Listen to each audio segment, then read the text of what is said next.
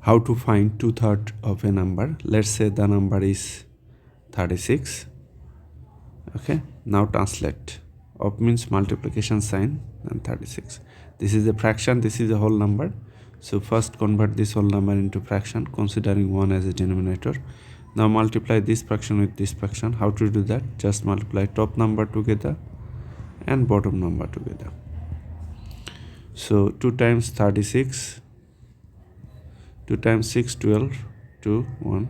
2 times 3, 6 plus 1, 7. So 72. 3 times 1, 3. 3 goes into 7 how many times? 2 times. 2 times 3, 6. Subtract 1. Bring down this number. 3 goes into 12, 4 times. 4 times 3, 12. Subtract 0.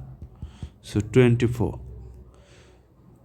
So this is the answer. So this is the way to find out two thirds of any number.